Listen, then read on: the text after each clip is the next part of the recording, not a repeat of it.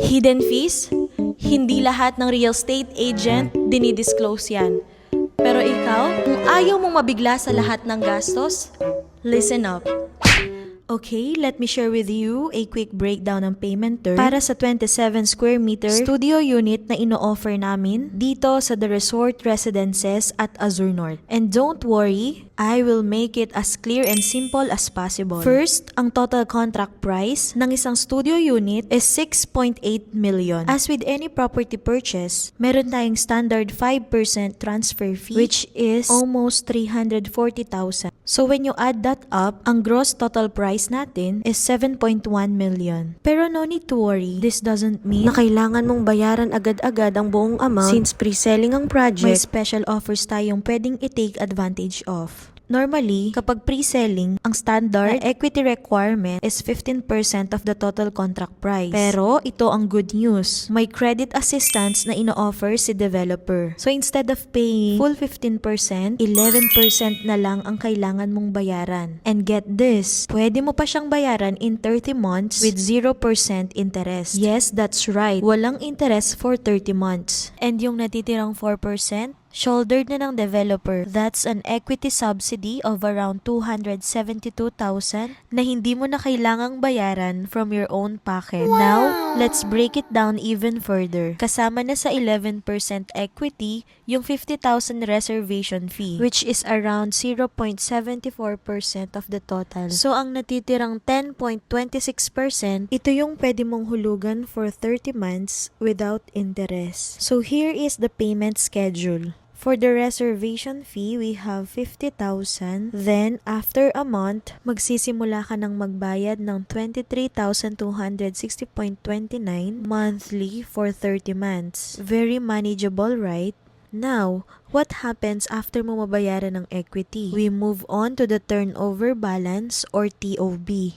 At this point, you have two options: cash payment or bank financing. Kung pipiliin mo ang bank financing, ang next step is to start your home loan application through our accredited banks 6 months before turnover. Once ma-approve ka na ni bank, they will pay the developer in full. From there, magsisimula ka ng magbayad ng monthly amortization mo sa bank. And at this stage, unit mo na siya. Pwede mo nang tirhan or even better, parentahan mo na para kumita agad ang investment mo.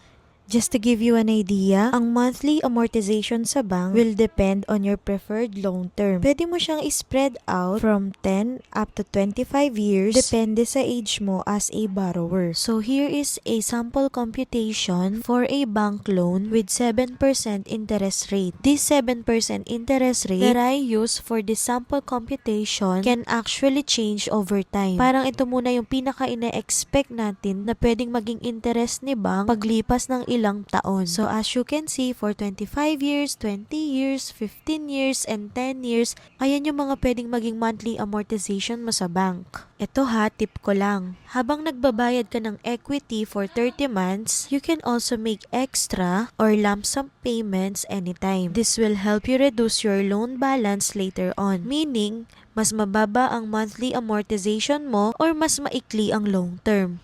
Now, aside from the main payments, may iba pa tayong fees na dapat paghandaan. Una, ang bank fees. Usually, around 3% of the loanable amount. Sa example natin, ang loanable amount, 6.1 million. So, ang 3% nito is around 184,000.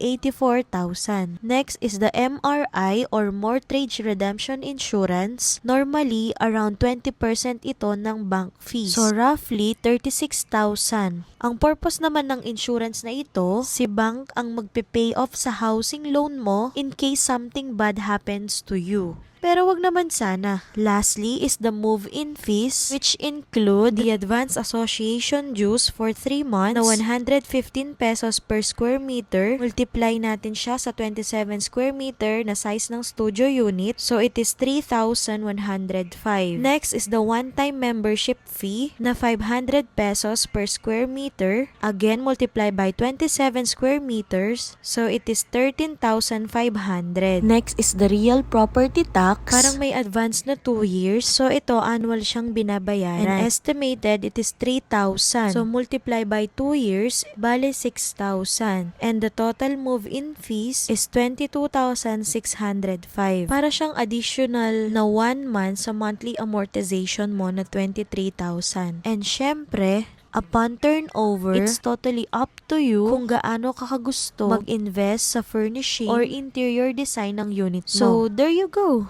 Flexible, beginner-friendly, perfect whether you're buying your first home or looking for a smart investment. If you'd like a personalized computation or kung may questions ka pa, feel free to reach out and I'll be happy to assist you. Again, I am Wendy, your real estate buddy. And that's all for today. Bye!